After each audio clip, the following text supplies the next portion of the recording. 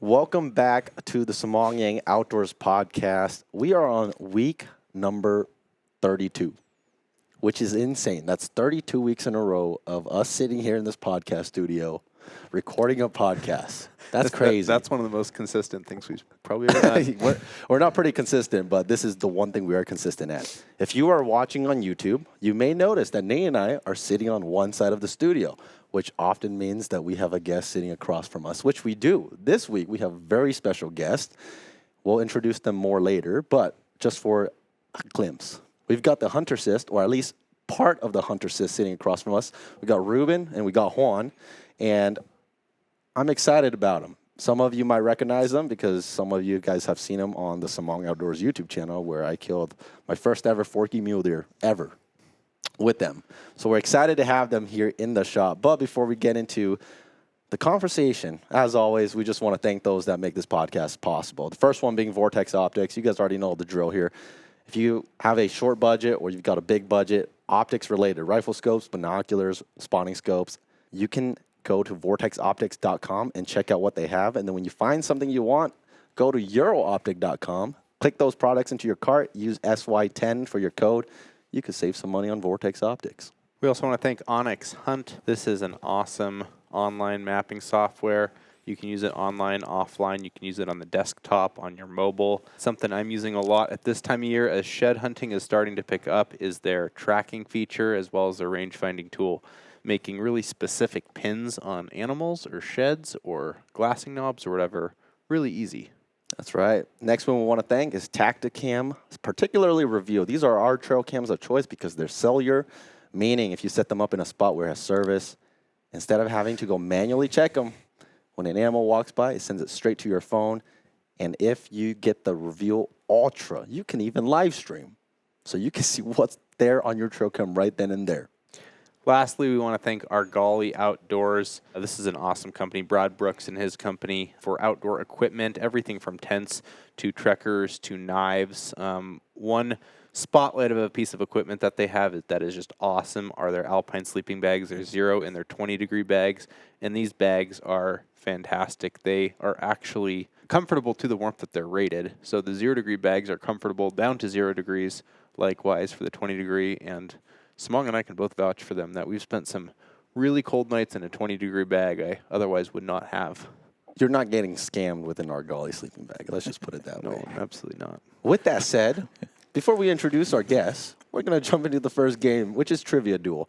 Now, for our guest, Ruben and Juan, this is just simply self-preserved here in a way, where Nate has prepared a question to ask all of us, and we're going to give our best answer.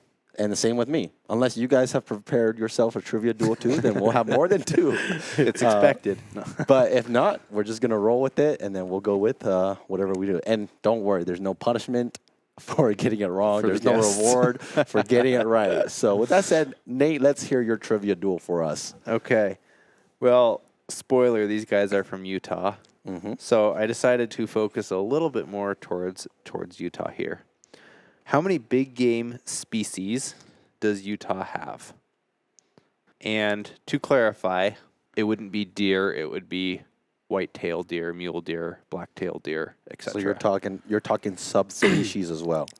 Species and subspecies, I guess, yes. And when you say big game, are these like huntable big game or just these big game are in general? These are big game included in the North America 29.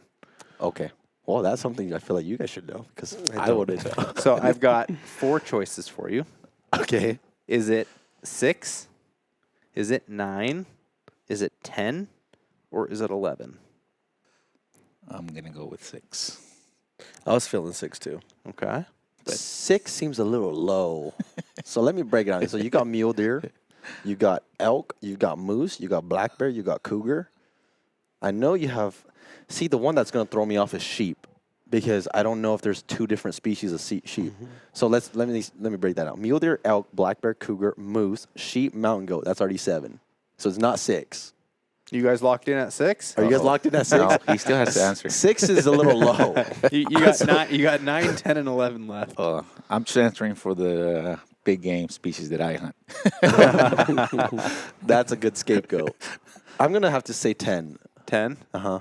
6, 6, 10. The answer was 6, 10. 6, 9, 10, 11. 6, I'd go 9. Straight down the 9. middle. 9. 6, 9, 10. Uh-huh. The answer is 10. Oh, dude. So you have mule deer. You have a few white-tailed deer in the borderlands. What? Oh. I thought you guys said there's no whitetail in Utah. At least you guys don't know. I mean, We've heard that they've seen them once or twice, but we've never actually. I haven't seen really them? seen them personally. okay, so but they do inhabit Utah. Okay, I'll get whipped again in the comments this week for this one. But according to my research, there is whitetail in the borderlands. Okay. Elk, pronghorn, moose, bison, Rocky Mountain bighorn, desert bighorn, mountain goat, bear, and cougar. Black bear and cougar. There we go. it's good. That sounds about right. Yeah. I think 10's right. I would be hard pressed to not believe that there's no whitetail that live in Utah. Everything I saw said there was. Again, I haven't spent enough time. I've only hung out in Salt Lake, so obviously there's no whitetail there. Because Utah borders what? Wyoming and Idaho, right? Nevada. And Nevada. Yeah. I know Nevada probably doesn't have whitetail, but Idaho's got a pretty good population of whitetail. So does Wyoming. Yeah, so I believe it. People can fact check you, but I believe it. I believe that there's whitetail in there. Well, mine's completely different. I just want to know. So Ruben, preluding here, man, we're jumping all over the place, but Ruben is an excellent chef. In fact, your whole team is incredible in the kitchen. Just yesterday, we ate delicious trout that we caught. So with this, I'm curious to see what Ruben, particularly I'm kind of asking Ruben, like, just see what his mental state is when it comes to vegetables, because the more I spend with him, the more I turn vegan. I was joking that with Ruben yesterday. Yeah. He was just like, here, eat this piece of romaine lettuce by itself. With my wife would love you. She can't get me to eat my vegetables. So with that said, different vegetables, they grow at different rates to reach maturity and whatnot, right? What vegetable is the fastest growing and reaches maturity earliest? These are your 4 options, unless you guys want to blindly take a shot. First one is green onion. The second one is radish. Third is spinach. And the last one is asparagus. I'd go with green onion. Okay. Green onion. Radish. Radish. I'm going to say green onion. Okay. The fastest growing vegetable is a radish. Wow. So a radish, on average, the earliest that it's been taken note to reach maturity has been like 25 days. Green onion and spinach come right behind it at 30 days. And then asparagus is the slowest, which takes 1 to 3 years. Oh. So if you said asparagus. I knew asparagus was slow. We always tried to grow that as a kid. Oh, yeah. They take a long time to never grow. worked. Did you ever harvest? No. Nope. So there you go. The radish is the fastest growing vegetable, or one of the fastest. Yeah. I think we're even now. That's perfect. With that said, we obviously want to jump into the bulk here. And before we go any further, I want to, give this time for our guests to kind of introduce yourself and, just kind of what the whole ordeal is. Because if you guys also don't know, just to help you guys kind of get a stepping stone here, you guys also operate under the brand of a Huntercist. Mm-hmm. So just give us a little bit of background about who you are, obviously you as well, Juan, and then how the Huntercist whole thing came together and why you're here. I was born and raised in Salt Lake City, Utah. I graduated high school in 2004. I have 2 children, 1 boy, 1 girl, both in high school. My daughter actually is a senior in high school now. She'll finish here soon, the next few months. And she's a baller. Yeah, she's a basketball player. My son's a basketball player. There you go. A lot of us in the family and my spouse, we come from athletics, kind of instilled that into our children. I adopted everything that I learned in athletics into my business life and personal life, right, as an adult. And I spent 13 years in healthcare supply chain and was mentored early in my life. I'm very grateful to my mentors, 2 or 3 mentors that I've had. And to fast forward, I became self-employed in 2015. I built a team of 15 teammates in the last 10 years and been fortunate enough to spend a lot of time with my family. We founded Huntercist in 2015. And with those opportunities and capitalizing on some of those opportunities and having good relationships and not burning any bridges, we've been able to really work hard for time, free time, and build a brand that, I would say it's a family legacy that I can explain later. But as for me, I'm just a guy a simple man that lives a simple life that wants to spend time with his family, his friends, and in the outdoors. There you go. What about you, Juan? Let's hear a little bit about your background. I was born in Mexico, Mm-hmm. and I grew up with my grandparents. I would always see my grandpa go out with his shotgun, and I would always ask him to take me along. He always said no, right? Because I was obviously a little kid. What did you guys hunt in Mexico? Deer and small game, doves. So I never really got a chance to actually go out hunting when I was growing up or when I was already old enough to hunt, I believe when I was maybe around 7 or 8, my grandpa finally said yes, and I went along, but not realizing what it took to hunt out there. They were hunting with basic shotguns and not even slug. They were just like 00 shots. So we would try to, spook the deer towards the people who had a shotgun. I still remember this day. I was walking through the leaves and everything, and I stepped on something that felt really spongy. And not realizing when I looked down, it was a snake. Oh, no. So I was the first one who came out. What kind of snake? A rattler. Oh. Yeah. So, yeah, from there I was like, I don't know if I want to go hunting anymore. But my grandparents used to travel back and forth from the States, to Mexico. So they brought me here and learned the language, went to school. Once I was old enough, because I would see my uncle, that's Ruben's dad. Mm-hmm. He started taking us out, so I would always tag along with him. And I would ask him, what, I want to have my own rifle too because I want to hunt with you guys. And he's like, you're not old enough. You're not. If you go to the Huntercist and get your license, your blue tag, I will get you a rifle. So I couldn't wait till my 12th birthday, I believe. So Because Utah has an age requirement. Yes. Okay. Yes. Washington does not. If you're No, they born after 1965, you have to go through a Hunter's Ed course. Oh, but also a younger age requirement. Yeah. Washington is just as early as you can read and pass the test. you could have a 6-year-old. Actually, you don't even have to be able to read. Yeah. It's just as long as someone pass can the even read test. you the Yeah, I think you're questions, right. and you just have to answer the questions correctly. But some states do have an age requirement before you can even try. Yeah, Utah does. So Yeah. Gotcha. And I remember he had this old. Well, I still have it. This old 30-30, and it was missing the barrel where it holds the shells. And so he sent that off to a gunsmith, and they slapped one on there, and he's like, "Here you go. This is your hunting rifle." And then that year, we went hunting, and then he just told me, "Okay, you hunt this part of the mountain, and we're gonna hunt up higher. So you stay in this range and see what you can find." Well, I was so excited to go out there, and walking through the woods and not knowing really what to do, and I walked right off the road, dirt road. I didn't want to get lost because obviously we didn't have what's available today, so then deviated off the road for a few, I don't know, maybe 100 yards, couple hundred, and I see some does, and here comes a nice buck, and I did my best, and I shot it, and luckily it went down. I mean, I had been practicing all those years before I came to age, so when I got there, it's like they said, luckily I didn't get buck fever because there was no more deer that came out. That's when you just want to shoot everything that you see with antlers. Mm-hmm. So when I was walking up towards it, I remember clearly I was shaking, my hands were shaking, my legs were shaking. And when I got back to the camp and I told them that I needed some help because I had dropped one, and they were all asking me, "Were you shaking? Were your legs shaking?" Yeah. Was your whole body shaking? I said, yes, it was.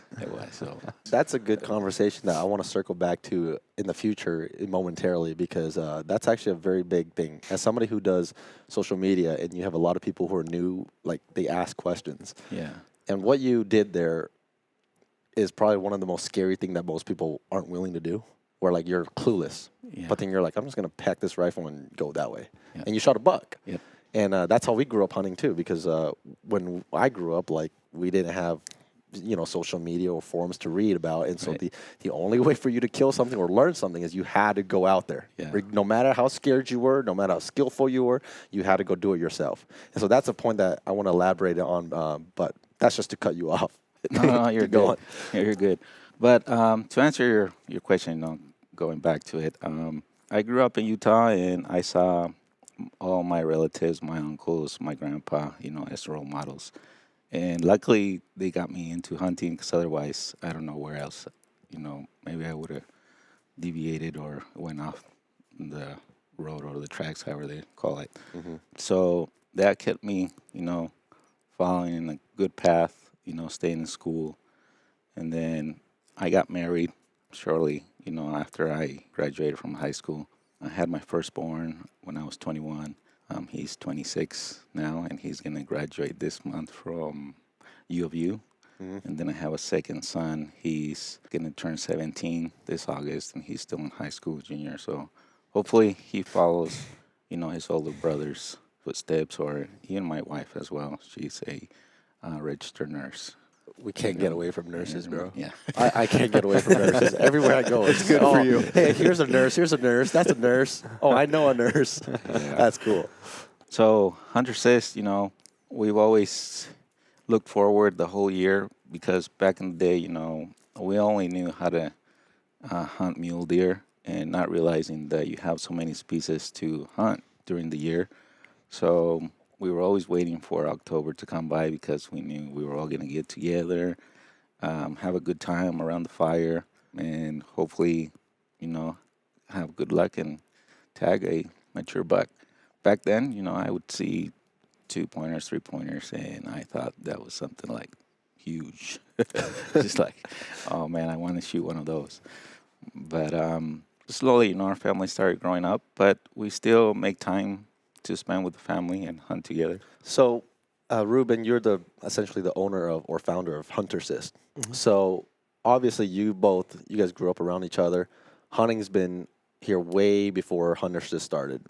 So, when you started Huntercist, was that simply saying we wanted to make this family hunting tradition a more official thing, or was there different reasons why you wanted to start? Because obviously traditions runs deep in you guys, right? But what was the deciding factor of like let's start Huntercist rather than just say let's just go to deer camp? I think I was talking to Juan and Ephraim and Saul on the way here about Huntercist and the thought and the vision.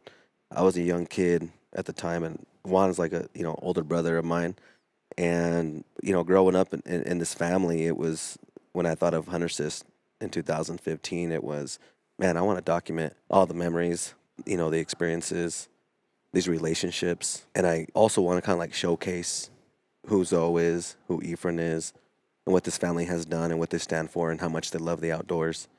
And the objective has always been to inspire and engage the community, the youth. I'm very passionate about the youth.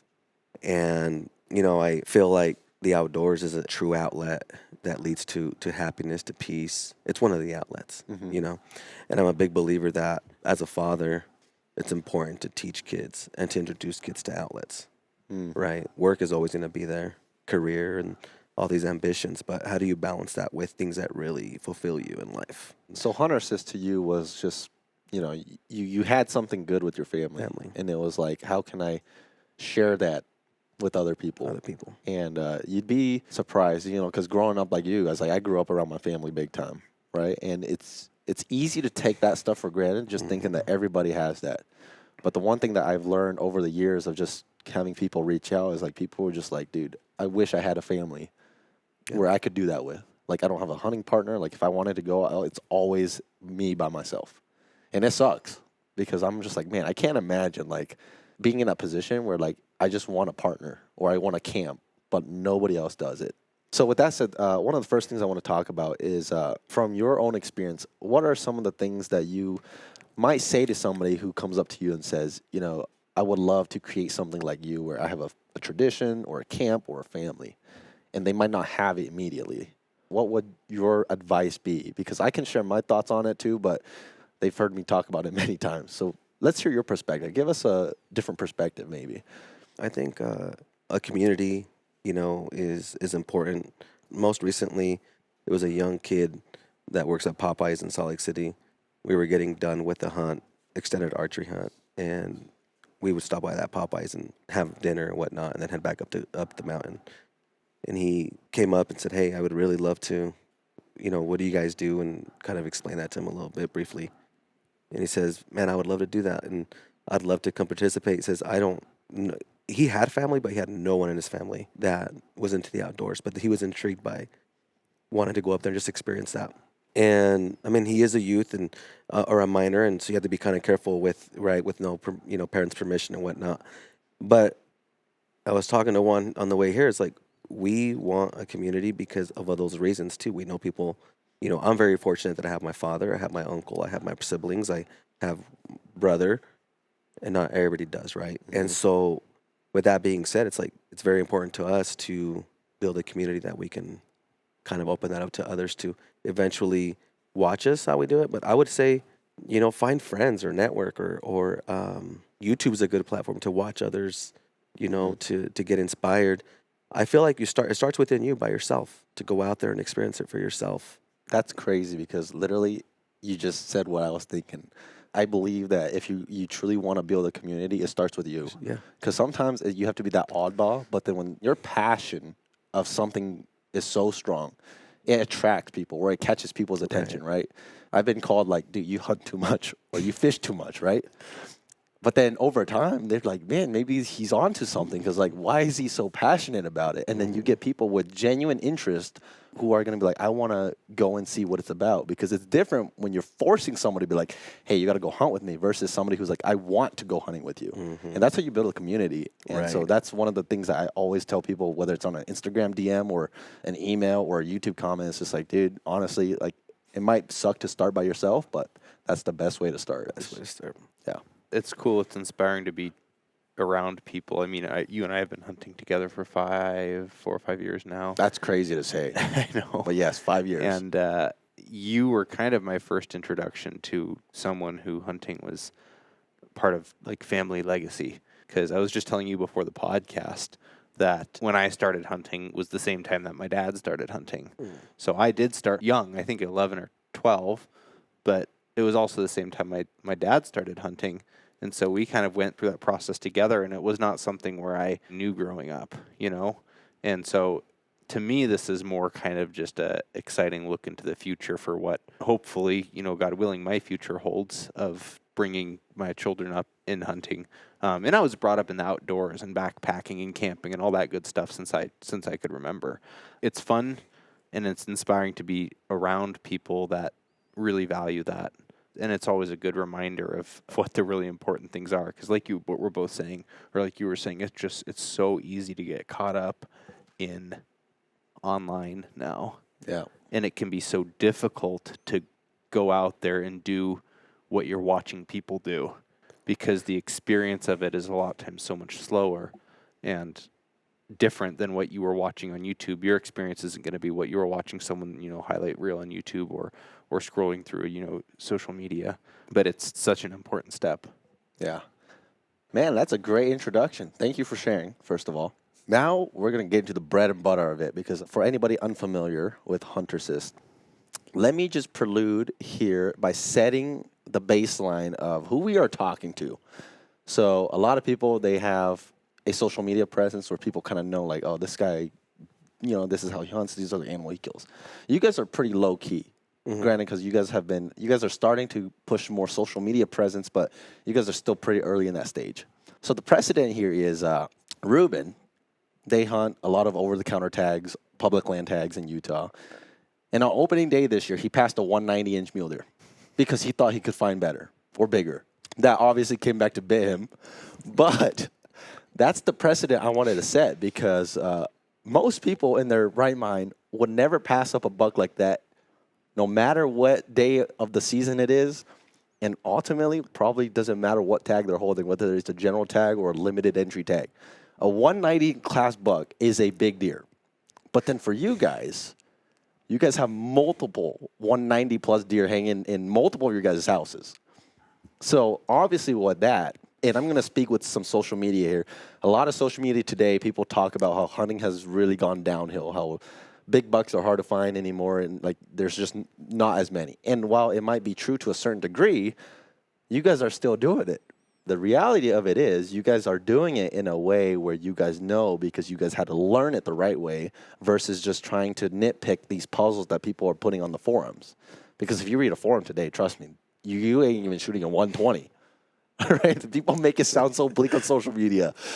But then you guys are killing big deer every year. Even if you don't kill them, you're still encountering them, because encountering a big deer and killing them are two separate things. As we were watching your Oregon hunt just yesterday night, we were all heartbroken just to see how big that deer was. But What it's do you, like it's what do different. you guys think? As the judges of, we don't see deer like that around That's here. what I was telling them. I was like, dude, we don't see 170. and so we 180. don't get to field judge. Well, where I did see that 190 buck, it was on private land though. So some of our tags are on private land. Oh yeah. But even though it's private, you have to work your tail off to even see some deer. Right? Not every Some big private deer. land parcel has a 190 on it. Right. And also, secondly, it was a mistake to pass that buck. It wasn't. I mean, it was just a quick mistake that we realized. Like, we should have capitalized on that opportunity at 7:10 in the morning. So with Oh that my said, would you have goodness. shot the buck that we ended up not getting to kill in Oregon? The one that you were watching yesterday? Yeah, I mean that buck's been on top of my mind the last couple of days. I'm like, how did Dude. you let that buck slip out of your sight? That's rule number one. Yeah. I lay in bed at night and think about Yeah. that one. It gives- happens to I was everybody. telling you guys, man, I was like, dude, it still gives us nightmares thinking about that buck. But the thing about it is we got footage of him so we can like prove like, yeah, this is really what we saw Yeah. up there. Like it wasn't just like, oh yeah, we saw this buck, but you can't prove it. I had Saul go back 2 or 3 times. We were playing that Yeah. clip frame by frame. He'd be like, pause. Let me look at his forks. And then we'd play a little bit and he'd turn away and be like, pause. Good forks. Very good for Good forks, good everything, man. Yeah. Like good length, good. But But it was anyway, heavy too. So if you get your approval, that means it's a big deer. It's been Ruben approved. Ruben No, yeah, approved. the Huntercist approves it, man. I think that's a Yeah. very So with that said, I want to turn this back over to you. So obviously you guys grew up hunting, but just because you grew up hunting doesn't necessarily lead you to, be encountering big bucks. It clearly means you have to have figured something out to be consistently doing that. Tell me how you guys figured that stuff out, whether, it's through just time or effort or learning a different strategy, because just a quick preface, like my family, we grew up just shooting the first legal animal. So there was never a conscious effort to be like, let's try to find the most mature animal on the mountain. So we would always just hunt, front country stuff where it didn't take too much effort, but you would hardly ever run into like these big mature deer, because the big mature deer don't live where it's easy to access. But then we always just shoot whatever because we were happy with that. But then for you guys to be doing that, you guys, prior to the podcast, you guys are like, no, we pass up a lot of bucks now. Where did that distinguish? Because Juan was telling earlier, he's like, I shoot the first thing I could find. But obviously, at some point in time, that had to have shift, because you guys are now passing 190-inch deer. to answer that question, and I'll let Juan kind of take over too. He's been hunting a little bit longer than I have for sure. But just let me state that in the beginning few years of my adolescence years, we always hunted the lower ground or terrain in a mountain range. And the family, Zoe, Ephraim, Juan, everybody was very healthy, active. Not being lazy was never in our DNA. You know what Just I mean? young and hard Just workers. young, hardworking. But we never, at that time, thought of, man, I want to summit this mountain. It was just, there's a 2 point, there's a spike, there's meat. And by the time we even thought of even going to summit, we've already harvested, we're successful. But I'll let Juan kind of answer how that started to change, because we started to, I think he harvested the first buck, the big buck, right, Juan? That's, if I'm correct, the one from, that was on the clock, the Yeah. wooden, yeah. I was in East Canyon. Yeah, East Canyon. Yeah, I thought I had a monster. Oh yeah, that thing was started with him. Back in the killing- day, it was a monster. So what you're telling us is Juan's the trailblazer for the Trailblazer. Huntercist. He's a trailblazer that killed the first big buck. Let's hear Yeah. it, Juan. It would all start like trying to motivate each other around the fire the night before. And it's like, whoever gets the big buck, we're going to raffle a rifle among ourselves.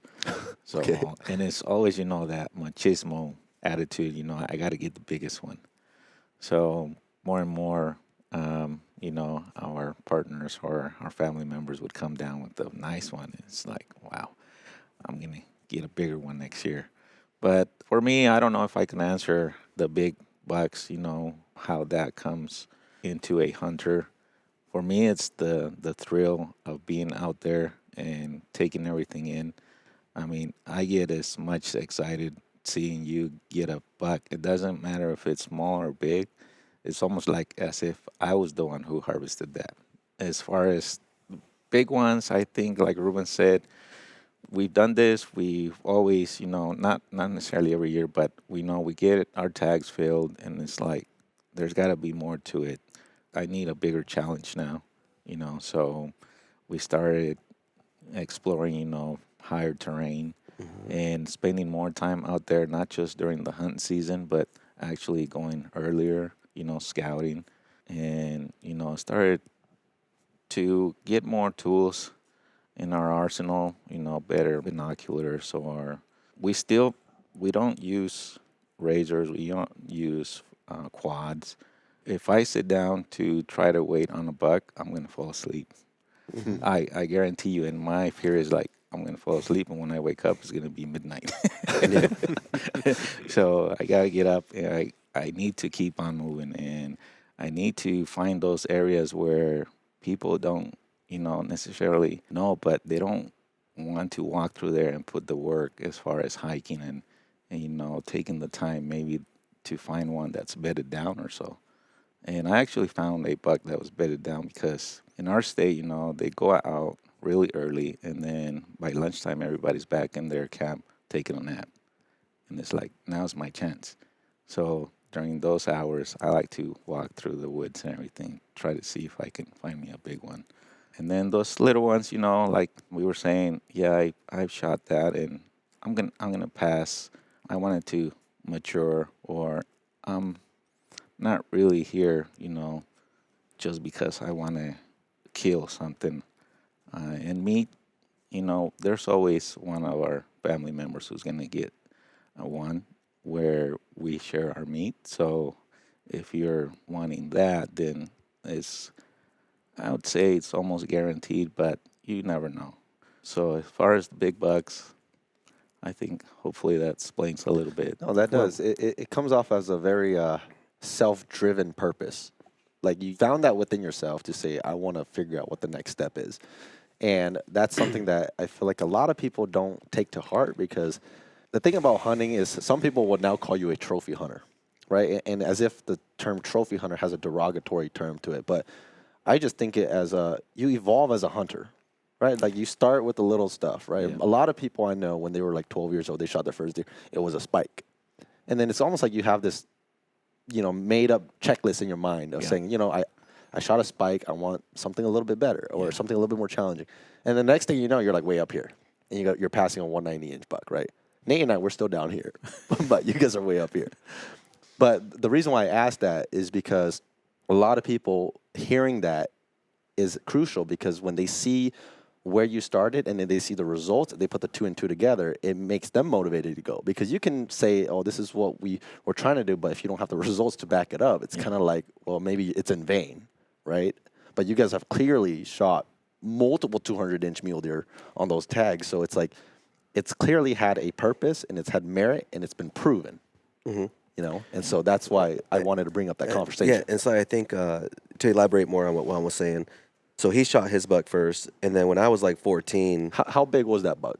The one shot? Uh-huh. That was, to us at the time, was probably a 150-inch buck, and we thought that was humongous because we were shooting little 2 points. But a 150 is it's a great deer. Yeah. So then he shot that buck, and then I remember with Zoe, I would say Zoe, not just because he's my father, but he inspired a lot of people to get into hunting, and a lot of folks wanted to hunt with him at that time.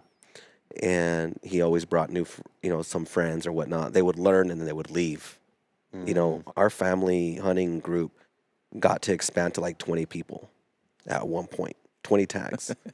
It got too big. And then over the last few years, and most recently, we've had to kind of cut some fat and kind of shrink the team and just keep a core, because it got too competitive. It got unhealthy, and other philosophies didn't kind of align, right?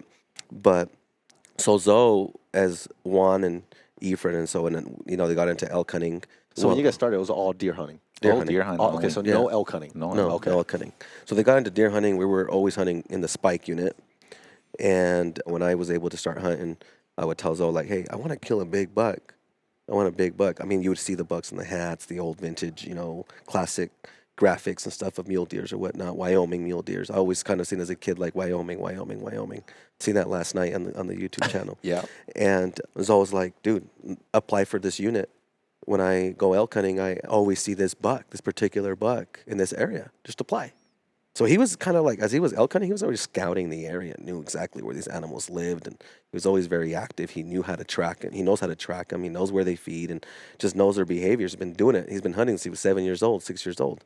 So I applied, and I put in for it. I drew, and then he says, well, we went along, and Juan was there, and Ephraim was there, and Saul was there. And I remember clearly one thing Zoe always did was he always left us alone when we were kids.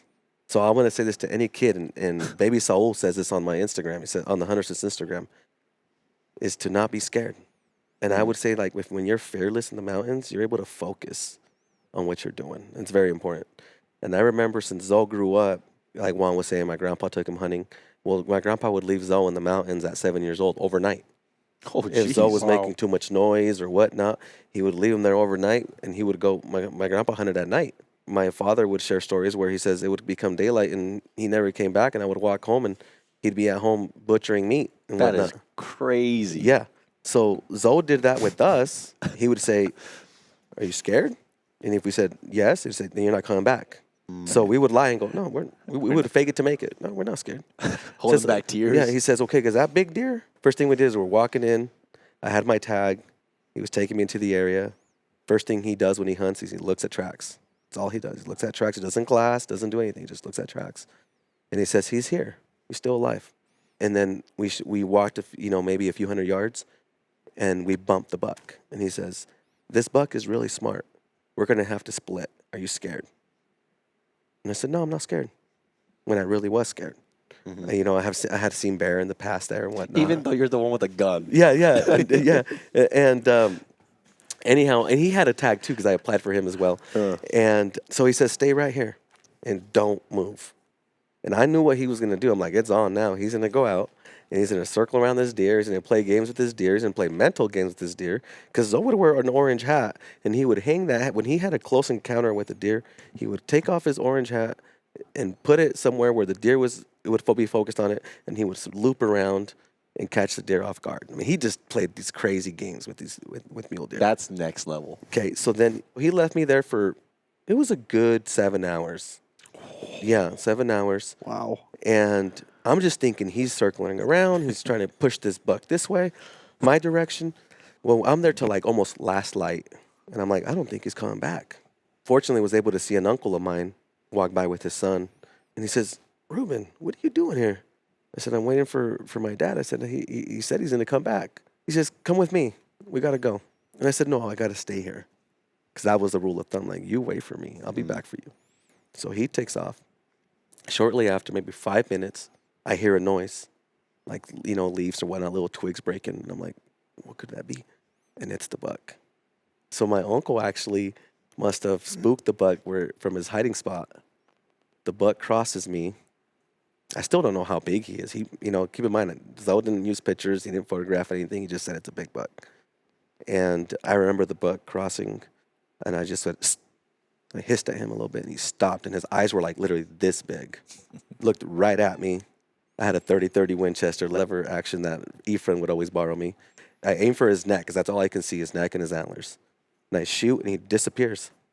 And I'm 14, man. Like, I don't have a lot of bucks under my belt, right? So I'm nervous. I'm shaky. And then my uncle comes back. He says, what are you shooting at? I said, a buck. He says, no way. I said, yeah. I said, I shot him over there. And he goes, where'd he go? I said, I have no idea. And I go, I think I missed him. We start walking that way, in that direction where I shot. And he finds it. And he goes, he's right here, Ruben. He's humongous. And I'm like, really? And I look over, and he's an 8x7. Oh, no way. Yeah, like double drop tine on one side. It has a drop tine on the other side. Just a crazy looking buck. His neck, he was right, and his neck was huge. And I'm like, dude, what the heck? I'm like, I can't believe. So what you're saying is, the moral of that story is, your dad did nothing. Your uncle who was leaving was the one that spooked the deer out. My dad just put me in the right place. Yeah, your dad's just like, sit here, your uncle will do the job yeah, for you. Yeah. So we ended up harvesting that buck. Juan helped us. We all packed it out. I mean, we have footages. I put the photographs up on my Instagram, and I mean, he was just an amazing buck. So that kind of inspired more folks to be like. Did you guys ever score him? We didn't score him. Never scored him. Really? Yeah, we have. But you still have him though? Still have him. Okay. Well, what would you guess if you had to guess, like gross score? He's probably a good 180 buck. Wow. Double drop. Where'd time. your dad end up going? Did he come back? Oh yeah, he came back. Just after you shot the buck? Yeah. He ran into some more deer. How far was your dad when you shot? Away from you. I have no. He was probably 2 mountain ranges away from me. So he didn't even know you shot. He didn't even know I shot. He was probably doing his own hunt. Yeah, He was hunting for himself. He wants it. He can wait him out there. That sounds So- like an OG. This is a strategy I've never Yeah. thought of before. Yeah, so we harvested that buck, and then shortly after, some other relatives harvested some really nice bucks in that same area. But then what really changed the game was when Ephraim happened to kill probably the biggest buck of his life. I think for sure it's the biggest buck of his life. And just for those the viewers that don't know, Ephraim is your uncle. my uncle, my dad's Zoe brother. is your dad. Yep. And then the rest of you guys are just cousins, Mhm. sons and nephews, Brothers, yeah. Okay. That kind of got everybody kind of going with the balance, like Juan's saying. We knew the purpose of hunting. Like, if we see a nice buck, great. If not, we're still enjoying the time and all that. But it's nice to see big deer. I mean, I love to see big deer. Love to like photograph them, video the deer, right? So then Ephraim, I would say 10 years ago, or probably longer than that, more than 10 years ago, Ephraim was able to get his buck, a nice drop time buck, 30-inch wide buck, on the last day of the hunt. He was telling me that story on the drive up here. Yeah, last day of the hunt. He didn't realize how big it was. Ephraim hunts pretty. I mean, these guys hunt unique. Ephraim, he'll kind of roll rock as he's running these ridges. Scared Kind of deer roll out. some rocks. Yeah, and then he kind of he fleshed that deer out to himself. And that's an old buck. We know that area very well. He's left some good genetics behind. There's some mature deer, growing in that area. But that buck, I would say, was one of the kings on the court. And he's very fortunate and lucky and blessed to have harvested that buck because it was a very smart deer. Zoe was after it. Saul was after it. At that time was Zoe when Saul was a teenager. Oh, he was a target. He was a target. Oh. And Ephraim got it without even looking for him. He was able to he was looking for any deer, but he wasn't looking for that particular deer. Yeah. And he was able to capitalize on that moment. Man, this is flowing so good because like you guys did an excellent job of how you guys got from shooting a forky to now we understand why you guys are after big bucks, right?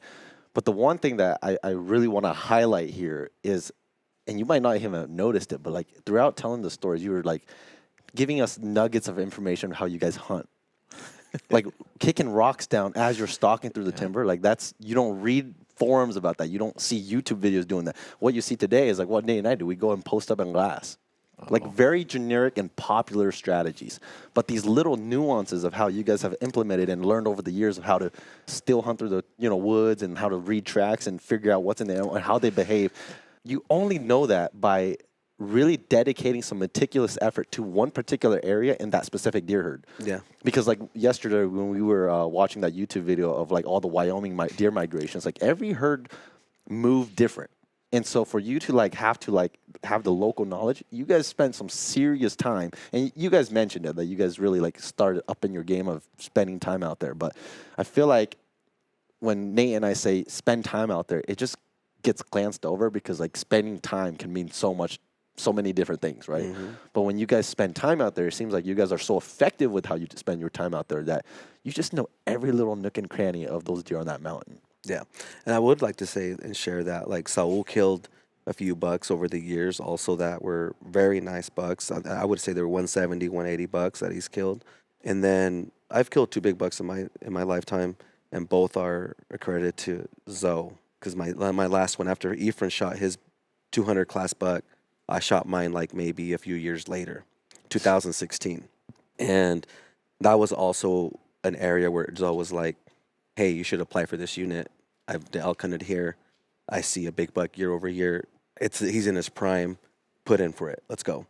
And I want to tell this story real quick where I put in for it. Unfortunately, I drew the tag and we went up there. I remember I was up there with him and with Zoe and my nephew at the time. I was trying to get him into hunting, Andres, and we were walking up the trailhead, and we spotted that buck within like 2 hours of our hunt. The buck that your dad told That you. my dad, yeah. And what I want to say before I finish that story is what Juan was saying earlier in the years of us kind of stepping our game up. What really got us good on the mountain is always going up against the people on horses.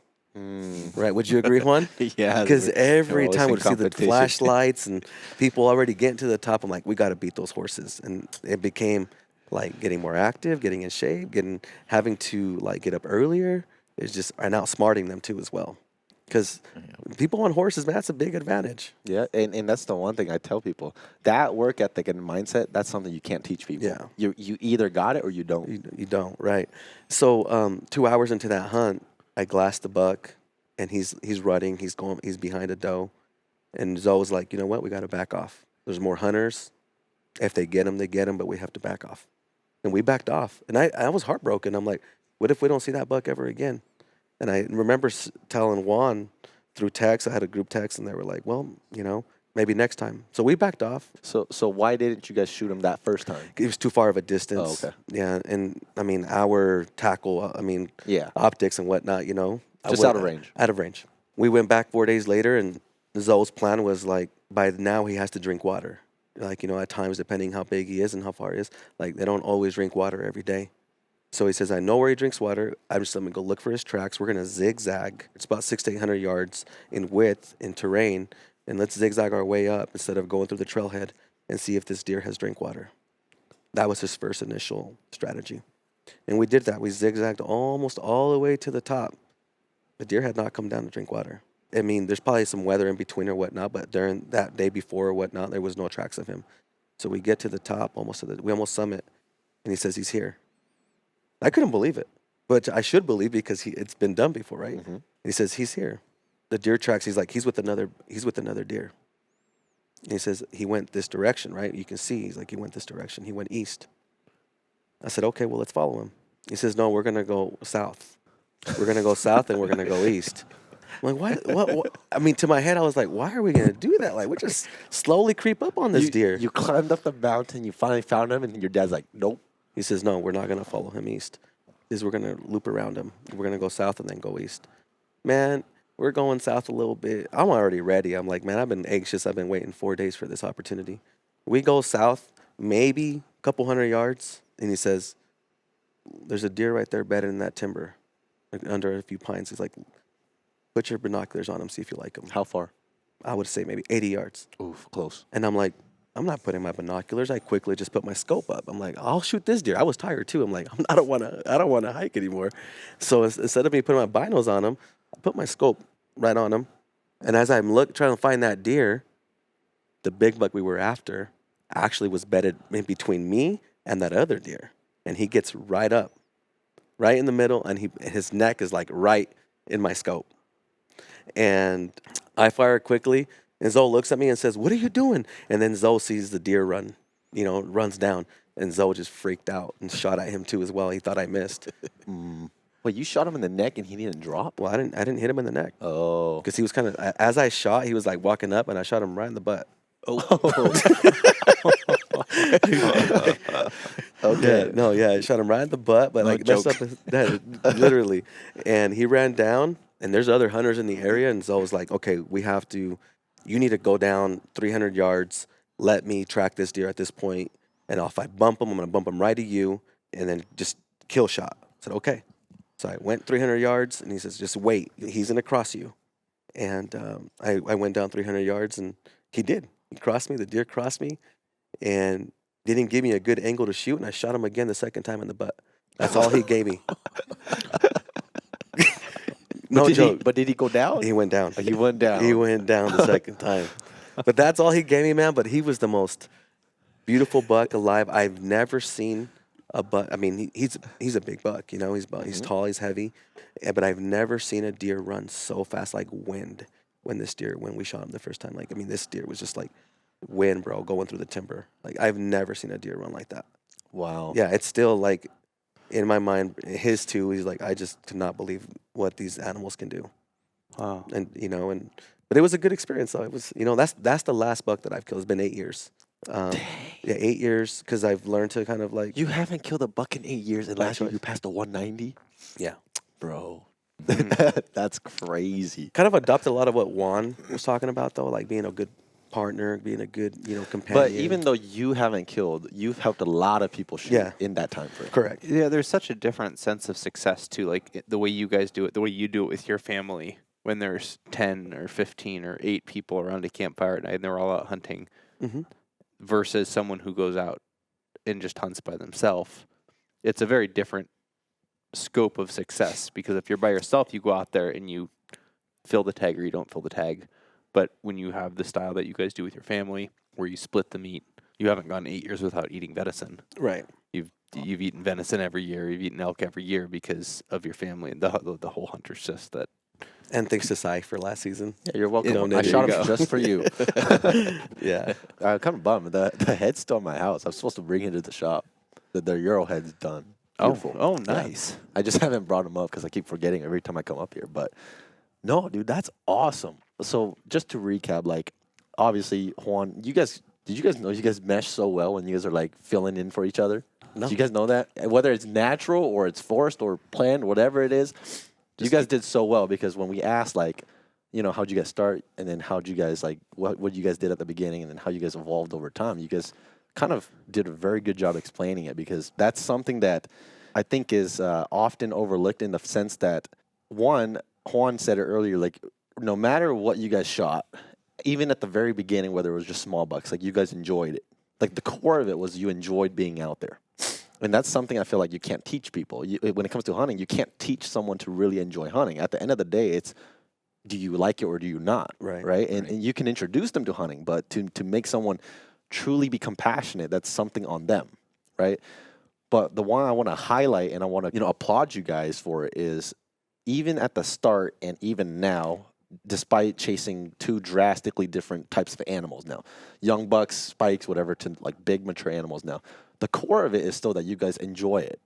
Like, you guys enjoyed it at the beginning, you guys still enjoy it now. Because one of the things that I am very conscious of every single year is, over time, like, I tell myself, like, don't lose sight of why you started or why you enjoy hunting. Because it's easy to get sucked into this mindset, or even this pressure, as a lot of people will call nowadays, where you have to always perform at a certain level to maintain whatever reputation you've built.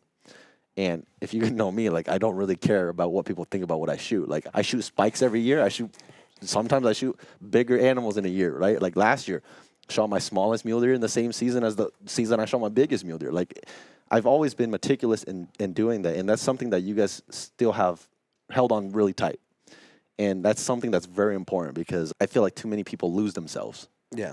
As they progress into doing that stuff. And it's not to say that it's necessarily bad to say, I want to pursue more mature animals.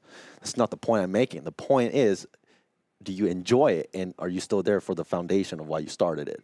Yeah. And I would like to say, Sai, that I would say, like, it's like a dictionary, right? Like, what is the definition of this word? Well, what's the definition of a big buck? Because we all can translate that definition differently. And so going back to that 190 buck or 180 buck that we passed this past year, it was because I know who to believe and who not to believe.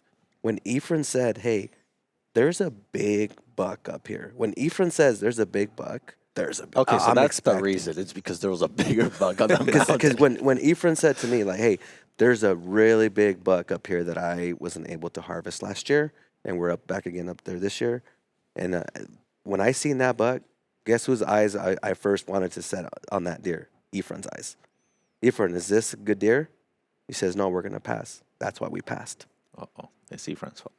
no, because I believe that other buck that we're going after, that we're still going after, and we're hoping to maybe find out if he's still alive or not, is worth the wait.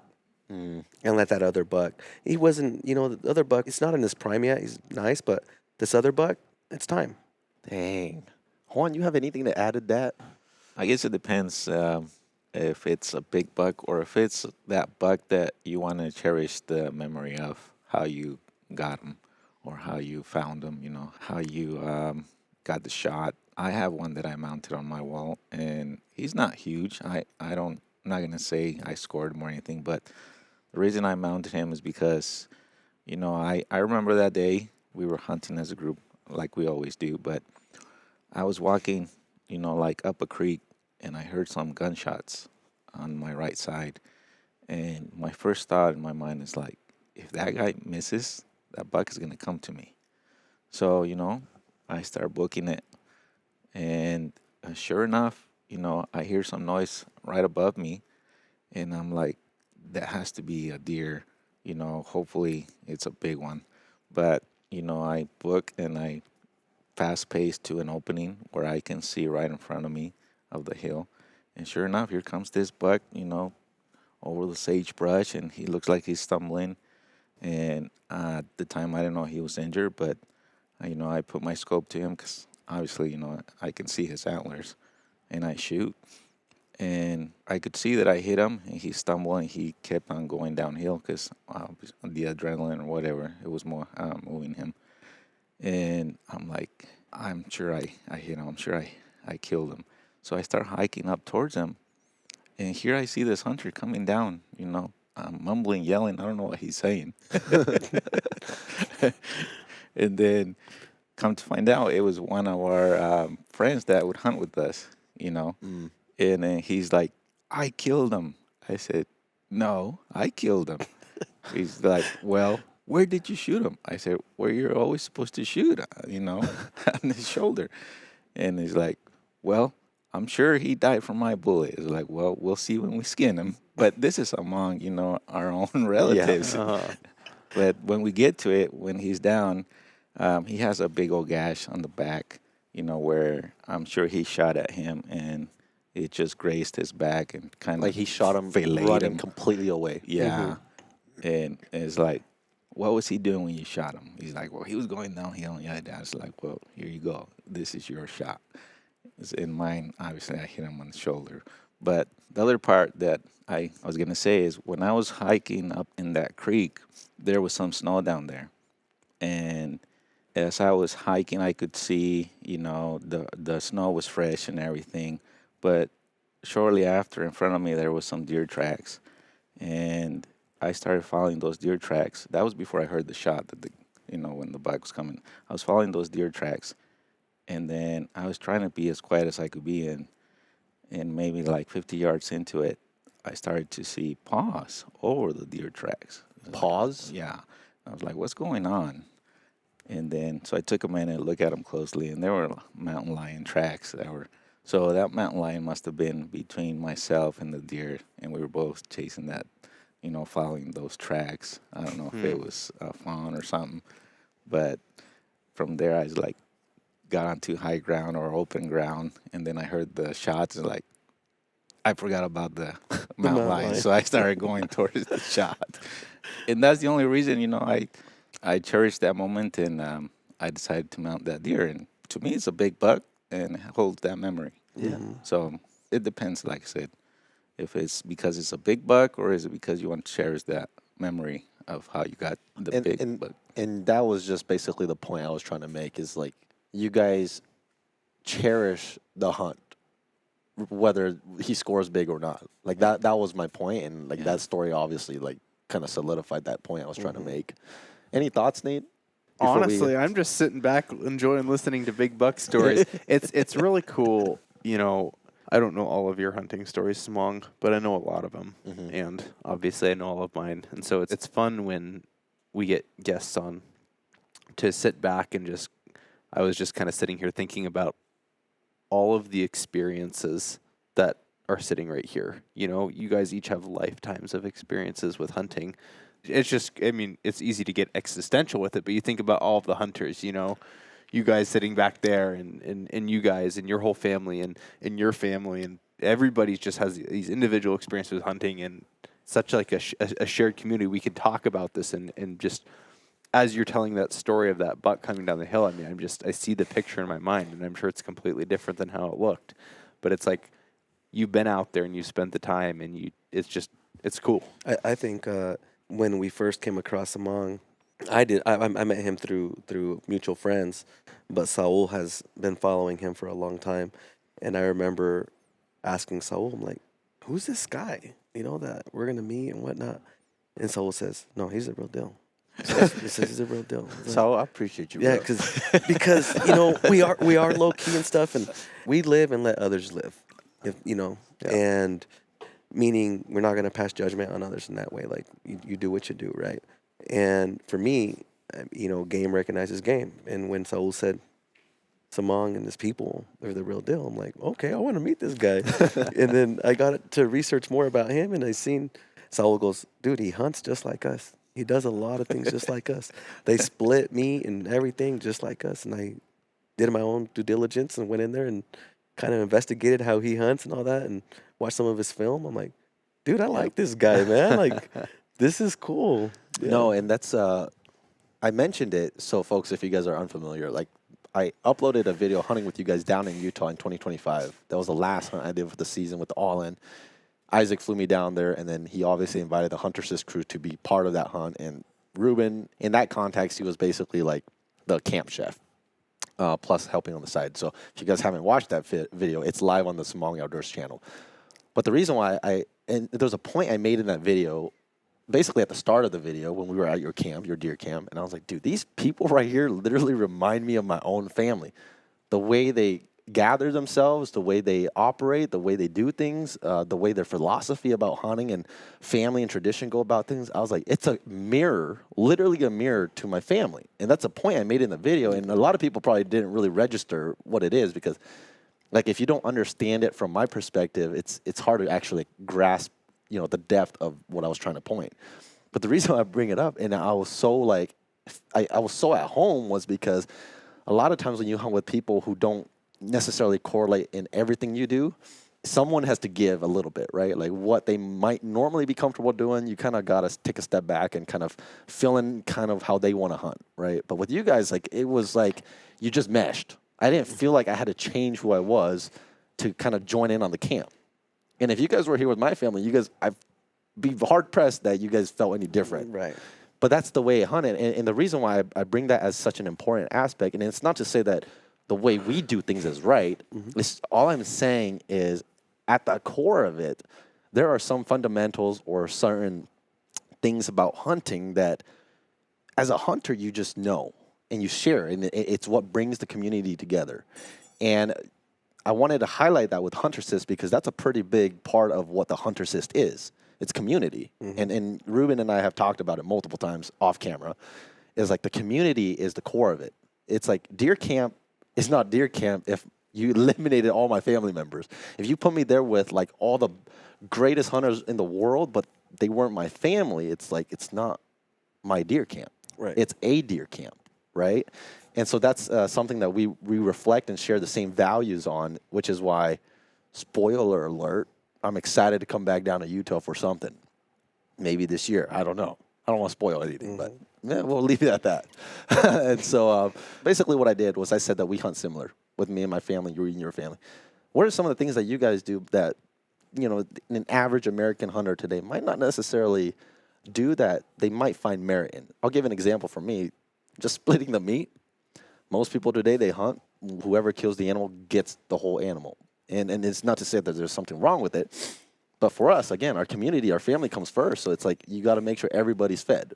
Like when we shot 3 elk, people were like, that's a lot of meat. And I was like, yes, if you took that whole animal for yourself, yeah, your freezer's full, for sure, right? But when you divide it to everybody, 3 elk all of a sudden is not a lot of meat. I mean, you guys saw my freezer. That was 1.5 elk in there of what I got from the 3 elk. It didn't even fill half of a small freezer.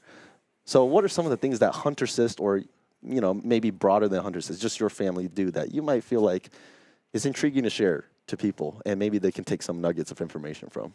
One thing I will say, and then I'll let Juan answer, is over the years, as we gotten older and we all have jobs or whatnot, is to find or make time.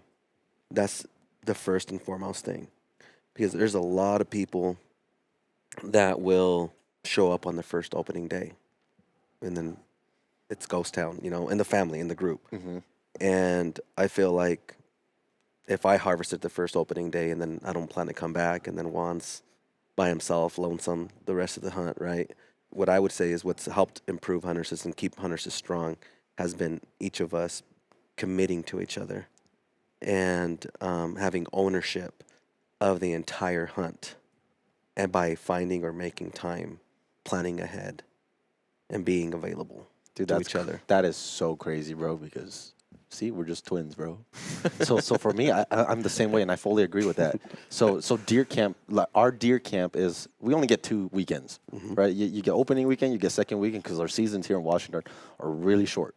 And so the reason, kind of like you, is like I make time for my family. Like Nate knows me. When August hits, I don't really see my house. Like my house becomes the mountains or wherever I am, right? Like my truck is really my house. But then Nate knows, like, no matter how busy my August and September, October, November is, those 2 weekends in October are pretty much reserved. And when Nate and I, we plan around it, it's always, Nate just knows, like, I don't plan around that. Like, because he knows. And I tell Nate all the time, I was like, you know where I'm at. If you want to hunt together, like, show up at deer camp. Like, you're invited, right? But, like, don't expect me to be any other place than deer camp. And even on the years where I don't have a rifle tag, like last year in 2020 or 2 years ago, 2024, I had an archery deer tag, but I still showed up at deer camp because I wanted to be there with my family, right? And so that's, like, see, we're mirrors, bro. Yeah. We're twins. But you won. First of all, we started out by, like I said, always trying to motivate each other and always trying to outdo each other. in a friendly way. Yeah, it's always in a friendly way, Yeah. It's Sometimes. we'll give each other, a hard time, but with no hard feelings. And we always know, we're just trying to have a good time, spend a good time all together. But we would start off by like, okay, whoever, tags a deer, he gets the hind leg. And that's like a lot of meat, right? And it's like whoever helped, you guys get the rest of the meat. But shortly after, they started realizing it's like the hind leg is not the best meat. So, what is the best meat? What's the best cut? we always go for the tenderloins, Okay. Yeah, You agree, so- Ruben? What's your favorite cut? I mean, for jerky, I'll take hindquarter, but back straps are good, and the neck is good. The neck. neck That That's is a something that very underrated piece. that's of something meat. that you would never hear from a lot of people. Well, Neck. for me, everybody knows in camp that I get the heart. I was just about to ask if you guys kept any of the organs. Yeah. And a lot of them, everybody gets ready and buys food and everything like that, and they take all this food to camp. It's like, we're going to eat this day. But as soon as somebody harvests an animal, it's like, I want meat out of that. I want fresh meat for dinner. So we'll cook some of the organs and then the back straps, and it's like, that's the best dinner that we can have. Let's elaborate on that. You say you take the organs. What specific organs are you guys normally taking? So we take the heart, the kidneys, not so much the liver, but back in the day when my grandparents were still alive, we would take the lungs as well. Okay. So you guys pretty much took everything. Yeah. But my wife, my family, and I, we like the heart. And not everybody, is a fond of it because it has a little bit of a strong taste. But it's like a delicacy. I mean, one heart for a huge animal, and for you to pass up on that's like, I don't understand that. What about the stomach? Do you guys take the stomach? No. Okay, so that's where we differ. You take the guys placenta, are or you I like take the the stomach. I would take the stomach over the heart. The heart. Or okay. Because the stomach is essentially tripe, right? Once you clean it out well. I ask because when you get to like organs and like the stomach and that stuff, that's typically like you're in like Mars, right? And most people on Earth. And so I asked just to see if you guys did something different. My grandpa would definitely. did it, yeah. My grandpa's favorite thing was the head. He always The head. the head. Make a stew out of, or Yeah, he just boiled the head for hours. So you're saying that when we do our Euro mounts, we're like Yeah, you're we're wasting we're good supposed to food. be eating it as we're turning it to Euro. I mean, my mount. grandpa would eat even the eyeballs. Wow. I mean, and I remember at times we would go fishing and I would cut the heads off and bring him fish to the house, and he'd get pissed off. He said, Where's the head? "Where's the head?" I'm like, "You don't eat the head." He goes, "Go catch me a fish with no head." Yeah. No, you bring everything to me. That's funny. Yeah. So with big game or whatnot, first thing he would get dibs on is the head. Oh, do you guys cool. eat the tongue? Some folks eat the You guys tongue. eat the brain? My grandpa used yeah. to eat the brain. brain. yes. Really? Yep. Yeah. Yeah, my dad has this little. He takes the brain and he cooks it and he mixes it. It turns into this like pepper. I love it. I don't know how they make it, but I love it.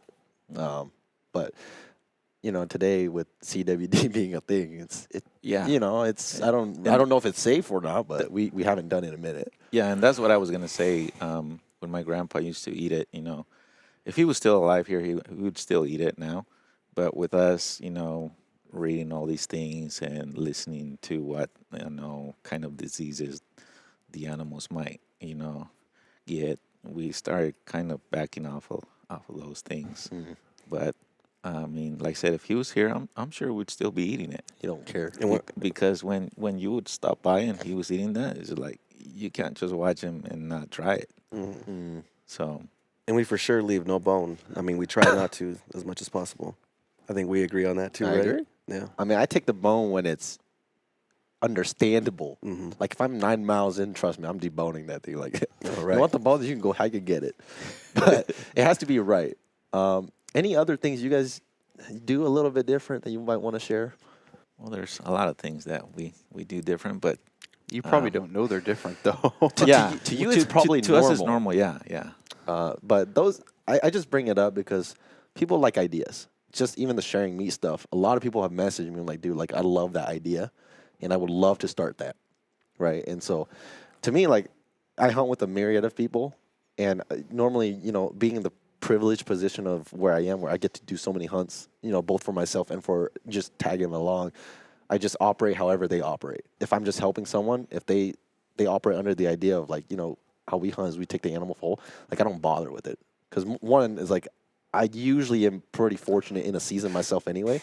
I'm usually not in need of that type of meat. Even if I don't kill something, like I go to deer camp, I know I'm getting deer meat, right? But basically my point is, it's like everybody is so different, and I love sharing these thoughts or these ideas because I feel like we can all learn from each other and we can build on one another and potentially build a community that's, not necessarily say that one's better or the other, but just have a more well-rounded community of certain people. I think our meet with Huntercist, depending on who it goes to, like for example, say Saul and Ephraim and I went and did a hunt and Juan wasn't there, and Saul and I and Ephraim packed the animal out, right? I mean, we're always going to put the invite out like, hey, we know we got something. They'll be invited to come up and help. And if they can't, that's fine. But one thing that I know for sure with Huntercist is that our meet does a full circle, whether you were there or not. Meaning, Juan, say he wasn't there in that scenario, where that meet goes, whether that's Ephraim's house, my house, Saul's house, Zoe's, or Aunt's, guess what? It's going to be on the table for everybody. Come and get some. I love it. And see, I love it because at the core of it, again, it's your community. Yeah. Like that's first. The kill, it's just part of it. It's a smaller part of it. And I think that's something that I feel like really needs to be highlighted because I'm not going to name any names, but there's a lot of people who hunt for ego. Like their sole purpose is I want to shoot the biggest animal on the mountain so I can, say I shot this biggest animal.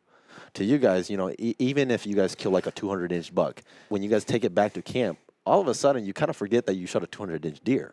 It's kind of like, I'm back here with my community, my family, and that's what matters, right? And so, again, I'm not saying one way is better or the other, but I'm just highlighting some of your Huntercist's values that I personally find very valuable and very important because they're often a direct reflection of who I am and where I come from as well. Even though, we're not the same culture, but it's crazy how like you have two completely different cultures but still have so many values that align with each other. No, and just, the same aunt that at times, my grandfather used to live with an aunt of ours. So when my grandfather passed away, she no longer really seen big game coming home, fish or whatnot. So we always make it a point to drop some stuff off to her and the family, right? But with that being said, like there was a time where Meat Eater, I think, had a video where he did venison tamales. Like they had an older woman in Mexico or someone doing some tamales on one of their hunts. And that inspired me to be like, man, let me try that. That sounds really good. And so I had that same aunt make some tamales and did a very good job. And she only made like 2 or 3 dozen. But boy, did we stretch that out amongst all of us. I mean, it was like, it almost made me feel stingy. And I'm like, here's like 2 or 3 for you, 2 or 3 for you. But we just made sure everybody had some, and they were tasty as heck. I highly recommend venison tamales. They're so good. Yeah, and to add to that, her daughters, they don't like venison. So she cooked them without letting anybody know what kind of meat was in there. And let me guess, And they they said don't- it was delicious. Oh yeah, it was delicious. But after they Wow. found out what it was, like, oh, I'm not eating those again. But you said it was good. Yeah, exactly. How many times have we heard that before? Right. Oh, I don't eat venison, but then tell them to eat it. It's delicious. I met a lot of hunters who don't eat venison. A lot of deer hunters. That's crazy. I mean, I know fishermen who fish and don't eat meat or eat fish, but you can catch and release. But you can't shoot a deer and release it. So that's actually crazy to me that they shoot it. Man, what a waste. What a sad life to not eat deer meat, bro. You're missing out. Well, with that said, man, that's a very good scope of Huntercist. Next one, so Nate and I, we just came off of a series where we talked about gear. This is something I'm extremely excited about because you guys have obviously told us the stories and, you know, kind of gave us a reputation of, like, kind of the animals you guys been successfully taking. Let's do a small segment about gear because you guys use the cheapest stuff out there. Now, when I was in Utah, Isaac was like, dude, and this is just between me and Isaac. I was like, dude, these guys, if you gave them any gear, man, it could be $100 binocular. They'd be so grateful for it because they don't have that. And I'm like, what? So like, you know, being so involved in gear now, I kind of have to, like, take myself literally, like, back years to remind myself, like, you know, like, you didn't start out with high-end gear at all. Like, you started with the basic stuff.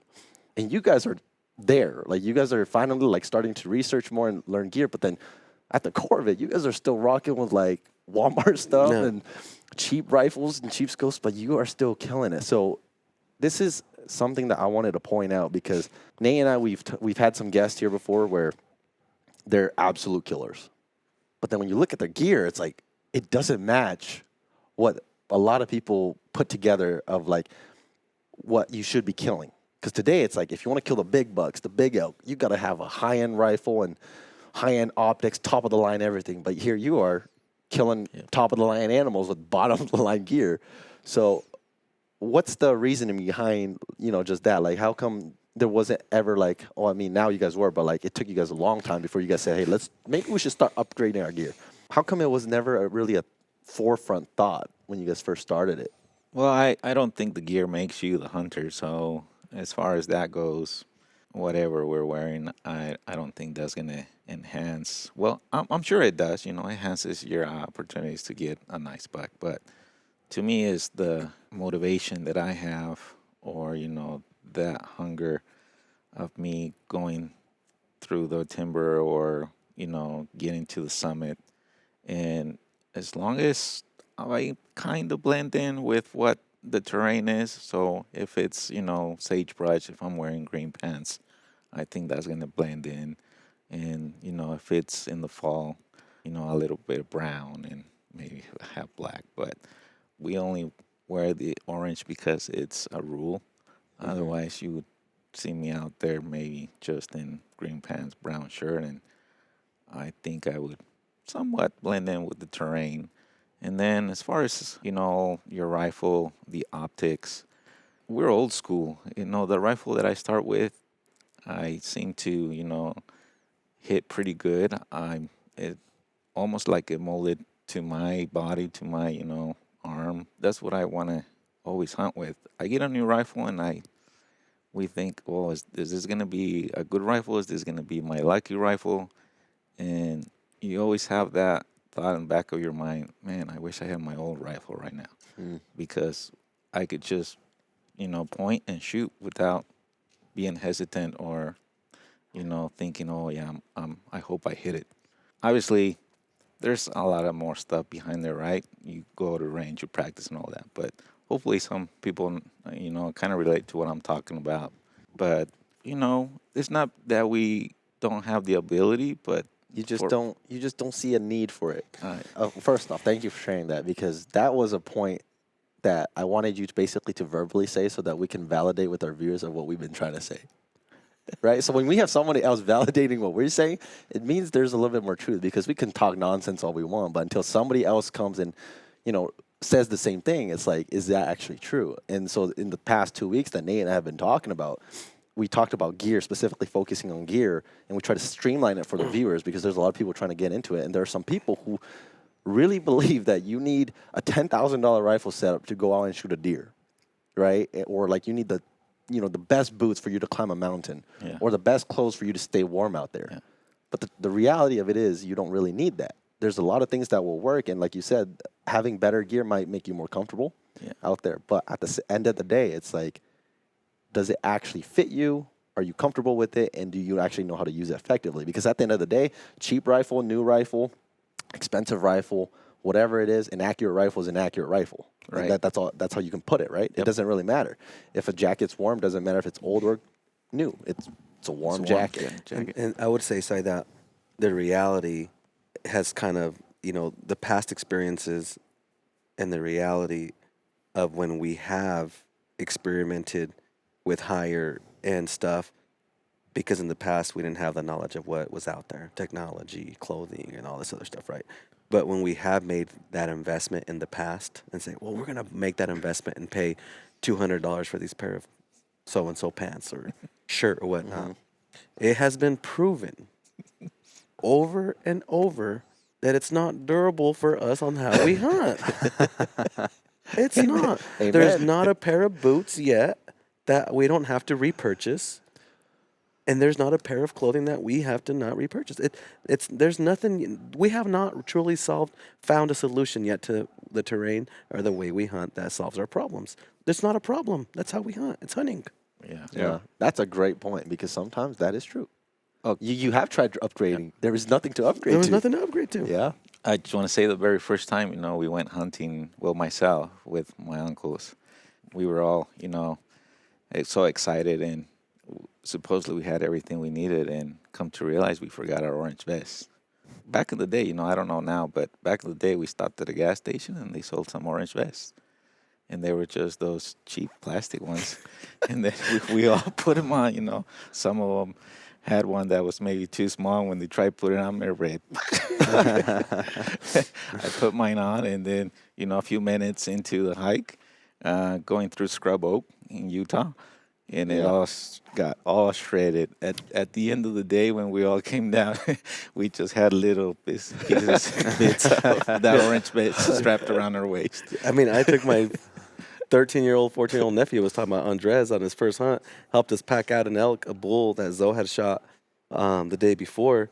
And he was barely getting into hunting, and I think it was before he was 14, actually. He was probably like 10, 11.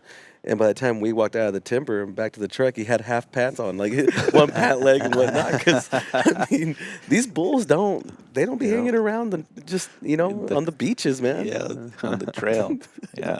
That's so good, and I'm glad you guys are sharing it, because it's refreshing for me to hear it from other people. Because, everything you guys said, I can relate to it, because I grew up basically with nothing. I mean, I tell that to Nate all the time. That's why sometimes when you're wearing your boots like this, it's like, if somebody had this boot 20 years ago, it's like, dang, dude, you spent a lot of money and you're him, right? But today, it's like we look at it from such a different perspective. It's like those boots I will consider lower tier now, but back then it's like you really went all in. But the reason why I just wanted to touch on gear for a little bit is, kind of to validate what we were talking about for the past 2 weeks, where you don't need top of the line gear to just go out and do a hunt. At the end of it, it's really just on you. How hard are you willing to actually work? Because, man, it's embarrassing sometimes, man. I'm hunting with my uncle. He's walking in tennis shoes and just a red Nike sweater and whatnot. And we get to a glassing out, and I've got my Sitka puffies and whatnot, and I'm freezing, right? And my uncle just doesn't care. And I'm like, this is kind of embarrassing, man. What kind of wuss have I turned into, man? This is who they raised? this guy, even in 2024, when I took my uncle on his quality elk hunt, and we took horses 9 miles in the backcountry. He's rocking $15 rip. His shoes were literally ripping apart. And I'm like, dude, that's crazy. And he was still out hiking us. And it was funny because that was a small clip in the video, which I purposely, when I was following, literally I was running after him, trying to keep up with him. I was like, dude, I got to capture those shoes on video. And I need to show that. Because I'm like, look at this. This guy is stalking in some of the most gnarly terrain to go shoot this bull elk. And he's wearing those shoes. And it caught a lot of people's attention. People were like, dude, look at your uncle go with those Aces red shoes. But it's to prove a point. It's gear, it's nice to have, but it's not necessarily, like you said, it doesn't make the hunter. The hunter gear is just, it can help, but the hunter at its core is just how mental you're willing to go.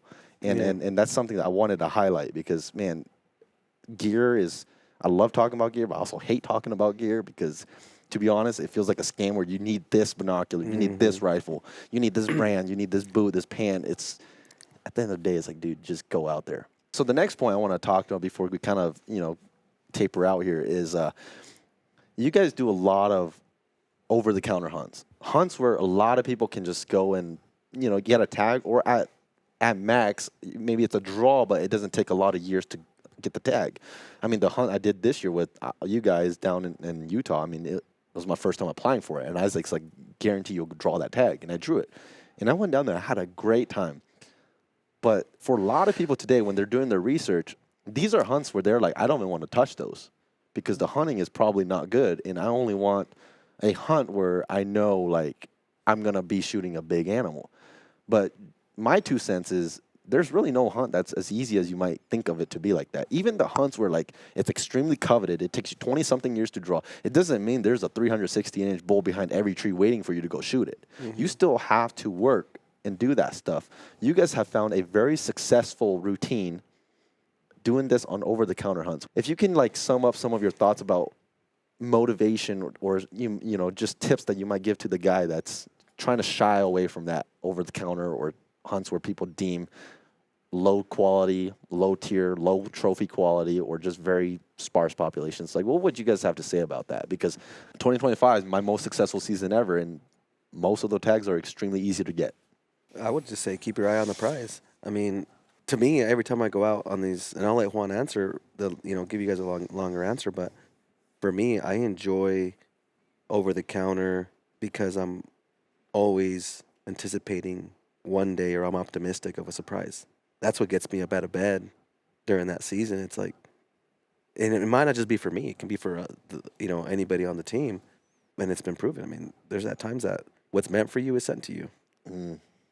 But I'll let you answer that one in regards to the over-the-counter and Over-the-counter? Yeah.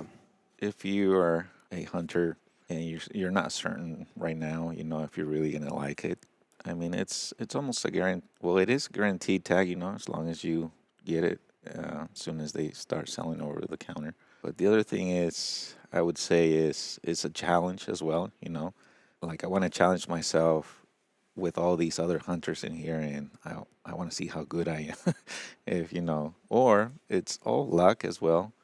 The other thing is, it depends on the surroundings of where you're hunting, if it's public versus private. Everyone has seen videos where mule deers, migrate, but when they get spooked as well, I'm sure they move, on some distance. But elk, for certain, I know for a fact that they get spooked. And today there's no tracks here, but tomorrow morning they might be right there, right where you thought there was nothing. Because I have encountered them where early in the morning we've seen them, cross highways, open terrain, and within a few minutes they're up and over already a mountain range. So you might think there's nothing there, but next day, like I say, they're right there, and it might be a nice big one. At the core of it, on those over-the-counter tags, there are some big animals lurking around. Yeah. It's just simply up to you to figure them out and maybe get a little bit lucky, right? Yeah, like I learned just last night, the mule deer, have their hiding spots and they become nocturnal. That's what I heard on TV last night, to where they're bedded maybe all day and then they just come out and feed maybe late in the evening or really early. Ephraim's 200 class buck was over the counter tag, and one point I would like to make is, if you're getting an over the counter tag for meat, I mean, put the time in, and I feel like you scan every tree, you scan every basin, and like Juan was saying, the animals move, they travel. Yeah. But one thing I'd like to make a point is, like, in particular, Ephraim's buck, he killed that with the Tasco optic, and I want to make a point that big bucks don't run with their head up high. Their nose is to the ground. Yep. Smart. They're very smart. Yeah. They don't move. You can walk right by them, and they will not move unless you... And they're out there. I mean, I want to add to that as well. I was hunting one year, and I was hunting uphill, and I could see that there was a buck, but then all of a sudden I disappeared him, and then all of a sudden he was further away from me.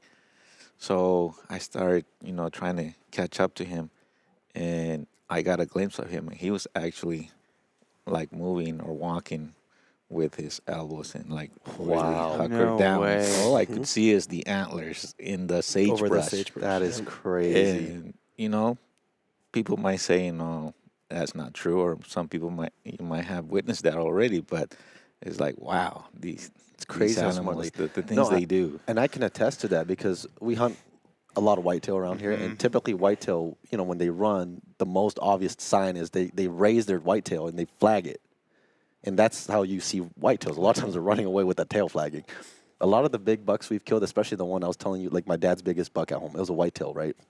He went up there to his spot, and he was overlooking this little draw, and he had jumped this buck at the very bottom of the creek. And it's open clear cut, right? So, like, there's no timber. But at the creek bottom, it's trees, right? And so he jumped the buck, and he already saw antlers. But, again, my dad's not a trophy hunter. He's shooting at the first legal animal. And it's wide open clear cut. And my dad was just like, why hasn't this deer, like, crossed the other side yet? Like 3 minutes later, he's looking, and the buck's already like 75% up on the clear cut. Yeah. And that buck literally is head on the ground, and he has tucked his tail underneath his legs. Would not raise that whitetail to flag anything at all. Yeah. And by the time my dad saw him, my dad was like, what the heck? How did that deer get up there? And then obviously he shot him and killed him. But it's crazy how many norms these animals will break that you won't hear about. Oh, right. That's just one example of them, right? Like a lot of, like even just the deer that I first ever saw my dad shoot, he felt so safe in his bed that when my dad saw him, he was like looking up at us in his bed, like 80 yards away. And after a while, he just put his head down like this to like literally lay on the ground to like hide, right? But obviously we saw him.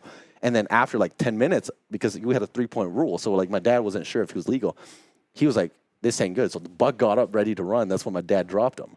But it's little things like that YouTube doesn't teach you that stuff. Like, unless you're listening to the Samang Yang Outdoors podcast, then we teach you. But I just wanted to point out like the little things like that you guys might have seen that it's just so like it might change somebody's perspective on something. And the reason why I bring up the over-the-counter stuff in the first place is because Nate and I, we pretty much do over-the-counter stuff. We would love a quality elk tag sometime in our lifetime or something like that. But I purposely do a lot of these over-the-counter tags, one, because you're guaranteed a hunt. And I have talked time and time again on this podcast is the best way to learn is woodsmanship. Spending time out there, whether it's on an over-the-counter tag or on a limited entry tag.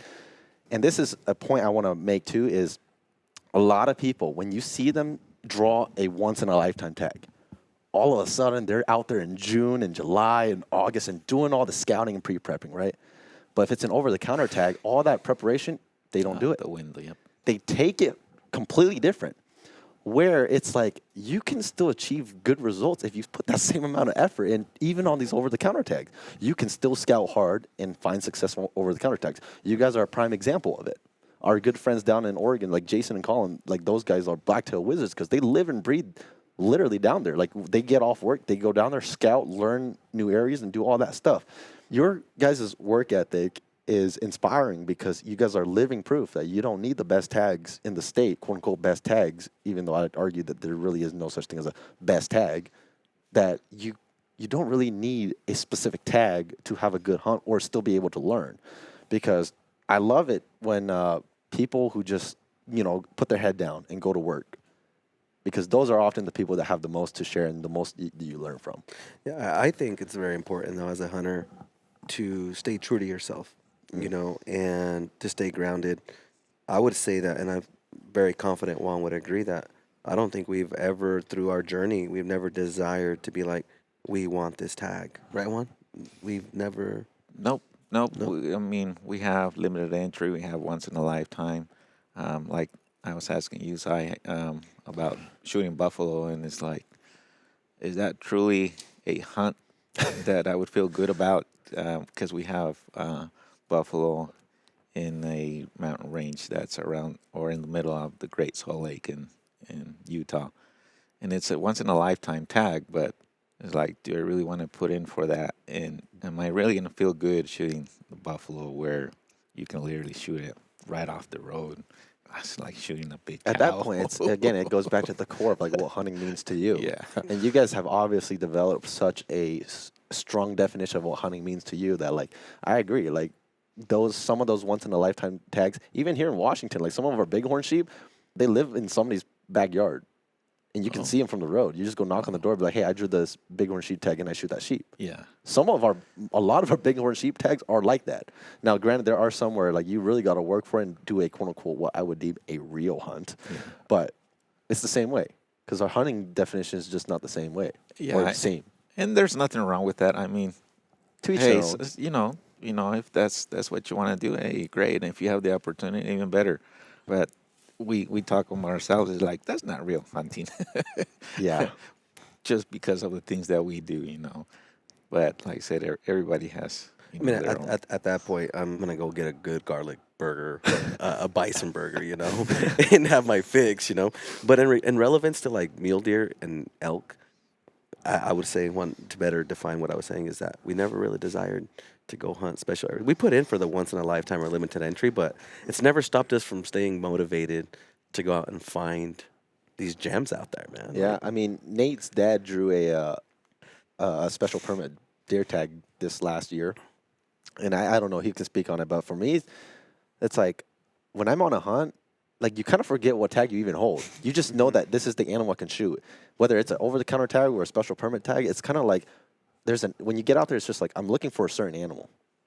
It doesn't matter if it's over-the-counter or you took 10 years to draw. It's like when you're on a hunt, you're just focused on the hunt.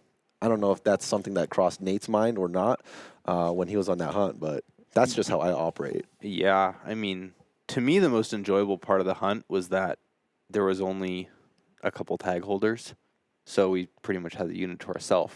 Yeah. Other than that, it felt kind of like hunting out of season because there wasn't people everywhere, and that was the most enjoyable aspect, considering like the special tag, you know, circumstance. But besides that, it was just a normal hunt. Yeah. and I think kind of what you guys were saying with the special tags is like a lot of people, especially in Washington, where Washington isn't glorified for its over-the-counter quality potential, trophy potential, harvest success, whatever.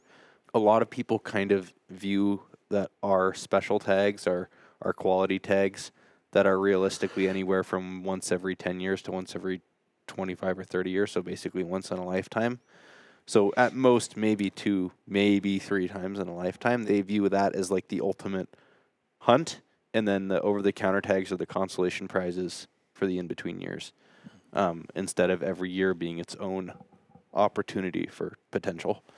Yeah, and it's a different mindset because like right now, we're beginning of the year. When I'm planning my hunts, there's always like, okay, what if I drew this tag, it changed my season. But right now, I already have like some of my hunts knocked down on the calendar, and all of those are the tags where I know I'm guaranteed. I don't plan my season based off of what if I draw that tag. It's always like these are the hunts I know I'm gonna do, and I'm gonna plan them now so that when June or May hits, I can go out there and go scout for it, because that's when you gotta do it. Because to each their own. Not everybody has time to go and, scout every weekend or whatever. But the more time you can put out there, I think, like, one, it goes back to, like, are you actually enjoying it? Because, like, when I scout, like, I'm enjoying it. I enjoy that process, right? But, again, everybody's, hunting doesn't mean the same to everybody. Hunting means a lot to me. For the guy that it's, like, whatever. It's like, I understand if you don't want to put that time of effort and money into it. But that's just some of the things I wanted to share. Well, I feel like some people would find merit in that. With that said, is there anything you guys want to talk about? Well, I think that with public land, anything can happen. Anything can happen. I mean, Juan can elaborate a little bit, but Ephraim's biggest bull, he killed 2 big bulls back to back. But his biggest bull, Juan seen that bull cross from a different unit. It was a spike unit. I think did you almost run it over, Juan? I almost ran it over, and I had on the highway. Purchased my truck. Yeah, he just barely had bought a truck. It almost hit that bull, that last light or something, right, Juan? Yeah.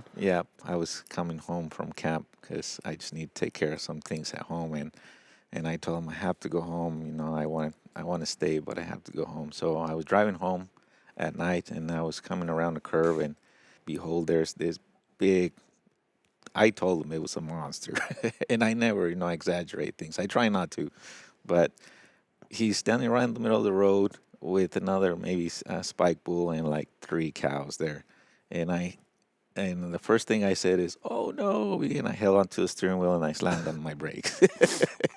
I think I was pretty sure I was gonna run him over. And I stopped in time. He just stood there and just stared at me, and it's like we just locked eyes. It's like, wow.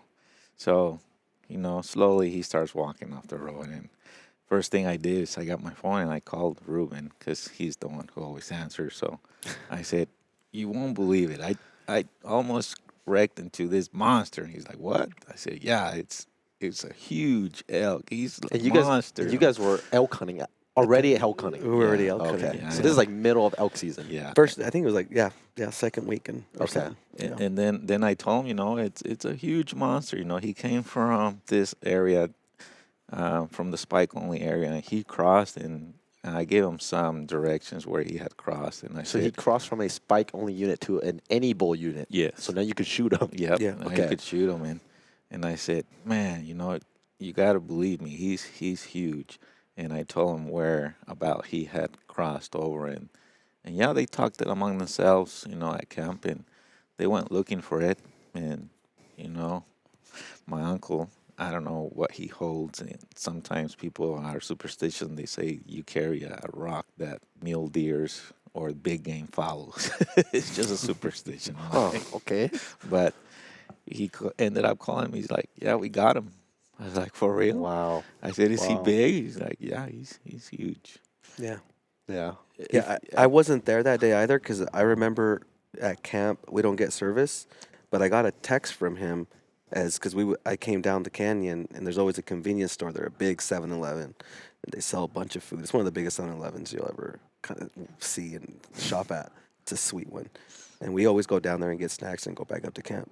And it's like a 30-minute drive too, And I went down, I got his text, and I said, "Hey," and I read the text and I called him, and that's where he gave me kind of like directions of where he was and whatnot. That's when I got a hold of Ephraim and said, "Hey, this is where." So then Ephraim locked in and said, "All right, well, this is where I'll be tomorrow." And Ephraim went in there. One thing with Ephraim, he's very patient, and he was up there all day, but he was able to kill him almost at last light, pretty late. Ephraim shot him and shot him in the butt too. Because he was going away from Ephraim. Shot him in the butt, though. It went right through his organs, I believe. Right through his organs, through his heart. And Ephraim wasn't sure if he had hit him or not. Gave a few minutes, went down there, and was shooting him downhill and seen a bunch of blood and was like, okay, he's hit. Then Ephraim finally was kind of, trailing the blood and then bumped him. And then he seen how big he was. And then Ephraim made the decision to say, well, should I keep bumping him down so then, there's road access down there where we can pack him out? Get him to the road. But then he runs the liability of like, well, how Juan killed his big buck where someone shot him and it wounded him and somebody else could have harvested him, right? And so Ephraim bumped him just a little bit. I would think maybe 100, 200 yards, if that. And I think they packed him out. They had to cross a river, and it was about midnight. They packed him out at night. And we went back the next day. I was there the next day and helped pack out the rest of it. But, his neck was, yeah. just undescribable, man. It was such a big bull. Well, that's the secret. That answers the question that I was going to get to. Why do you care about those special permit tags when you can just sit on the other side of the highway where it's over the counter? Really? It's the same animal. That's the surprise I'm talking about. Just wait for them to cross over to that unit. No, obviously that worked out in this case, but we already know most of the time that's not how it goes. You're not going to sit on the highway and have these bulls cross over to any bull unit and go and get shot that way. No. But no, with that said, I really appreciate you guys elaborating. We're going to close out the podcast here, but before we go, Ruben, where can people find more Huntercist stuff and give us some of your upcoming future plans of what you plan to do with Huntercist? Yeah, I think for one, we're going to launch our YouTube channel Q1 of this year. We thought of documenting I was talking about, and I feel like we want to kind of like what you're doing a little bit, just kind of showcasing some of your hunts and whatnot. We want to kind of show folks. We want it to be educational, our YouTube channel, where we can bring folks in. They can learn certain things from us, and we can learn from others. But I think one thing that we can offer is the tracking. How to track deer, how to track big game, and also the family time. A lot of our YouTube stuff is going to have a lot of camp time, camp chef, kind of experiences. So that's one that we have going on. Two, we are coming out with I would call it, kind of higher end apparel, more like lifestyle clothing. And my goal is to have our team wearing that and folks that, support us, and also to the youth. I want to be able to, we want to come up with our own camo patterns that we have already been working on the last few years. We've been patient with launching some of this stuff intentionally. There's a lot of moving parts, but our goal is to wear our own clothing that fits and suits us, our camo. Yeah, because everything else fails you. It has, to an extent, but at the end of the day, we're going to hopefully, wear what is comfy and what works for us. It doesn't mean it's going to be high end, super high end, but we're going to definitely have merch and whatnot available for folks too. Nate knows I could use some help on my merch game. No kidding. Juan, you have anything to add? Are you on social at all, or are you just part of Huntercist? I'm here for my family. I like the time that I spend with them all the time. Mm-hmm. I'll try to support whatever I can, because like I said, we grew up together. We still keep in touch. We're always bouncing ideas off one another, but unfortunately, I don't have as much time as I would like to. But I'm here for my family and for Huntercist and for the hunt. I mean, I love the hunt. I mean, you made it up for this one, so it obviously means you took some conscious effort to make a plan to show up and catch some stock trout. With me, as long as you let me know in advance, and if it's about hunting, it's about fishing, You'll be there. I'll be there. I'll be there, and it doesn't matter if I have a tag or not. I'm there for the thrill. That's cool, man. That's something that I can't explain, like just how happy that makes me to hear. Like someone who genuinely appreciates his community, and it isn't there for what his community can do for him, but also what he can do for the community. Giving back, that's a big thing. So anyway, thank you guys for elaborating and hopping on the podcast. Like for your guys' first time, I get your first time. You're not your first time. Third time. Yeah. Dude, you guys did great, man. I appreciate that. My first time. Yeah, that's awesome. Thanks for having me. Yeah, for for having sure, us, man. guys. Yeah, like I said earlier, I'm as green as that sign right there. So just to point that That's out. pretty green. It's extremely green. Well, Yeah. with that said, we're going to wrap it up on our final segment of the podcast. That's Fast Facts, where Nate and I, we just have a random fact to throw at you guys so that hopefully at the end of this podcast, you guys learn something, because we share nothing but just thoughts and not a lot of smart stuff. So we're going to tell you guys actual things this time. Nice. Nate, let's fire off. Mine's not very smart, but I think it's kind of funny. Okay. Do you guys know what frog eye salad is? Yeah. It's my favorite. My wife makes that. I have no idea what that is. I can't actually believe it. So I was looking up foods that are native to Utah. Okay. And this is what is it, Utahn? Uh-huh. A Utahn food. And it's called frog eye salad. Yeah. And it's similar to one up here. You have like a creamy mixture with mandarins, pineapple, marshmallow, coconut sometimes. Yep. With the addition of, how do you say it? Because I don't know how to say this. Acini de pepe? That's the type of pasta. It's just tiny little balls of pasta. Those are the frog eyes. That's native to Utah. Wow. Yeah. Yeah. Okay, so you didn't teach them anything. No. Okay. No, it was a fast fact. He for taught me. me something. That was a fast fact for me. Well, hopefully mine's a little different. So I'm drinking this little energy drink right now, and energy drinks are carbonated. So it takes carbonated water as one of the main ingredients. Well, the invention of carbonated water was actually an accident. It was not actually supposed to happen. So in 1767, there's this guy. He was actually a chemist. His name is Joseph Priestley, and he's on a ship. And so when he was on the ship, his job was he was trying to basically preserve, he had beer and he had water, right? He was trying to preserve the water. So he put something on top of the water, like this yeast fermented, like the beer on top of the water. When he put that on top, that fermented gas went into the water and it started creating these bubbles or this fuzz. Hence, carbonated water. And so when he figured it out, he's like, whoa, this is weird. So he drank it, and it was carbonated water. And so fast forward many years later, it was like what?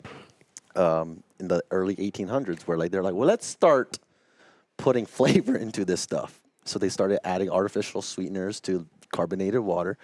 And that's kind of the root of how we get sodas and energy drinks, and so accidents. Carbonated water. If you want to know where it Who came would've from, thunk? it was an absolute accident Accident. by this guy trying to preserve water on a ship by putting some beer on top of the water. Wow. That's too my fun. fast cool, man. fact. That's good. Yeah.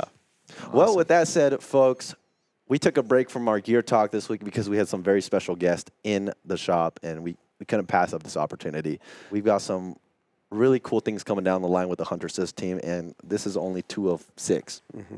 So there's a lot of people that we have not been able to get aired onto this podcast, but stick along on the Samong Outdoors channel because they'll be featured on those relatively shortly, not too long from now. Oh, actually, not long from here at all because we've been slaying the trout.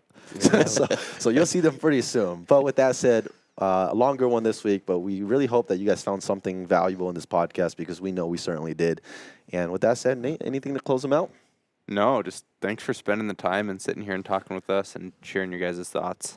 It's always just wonderful to Likewise. listen. Yeah, we have tons of stories. We could write a book, but a lot of people, just to add, a lot of people, at least in our culture, say that the hunters are the biggest liars.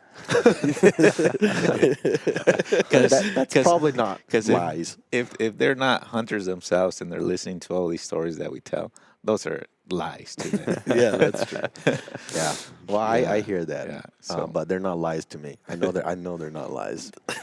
Well, thanks for joining this week, guys. And next week, unfortunately, it's back to just Samong and I. So the Sad. regularly scheduled program. But thanks for joining this week, and we'll see you in 7 more days.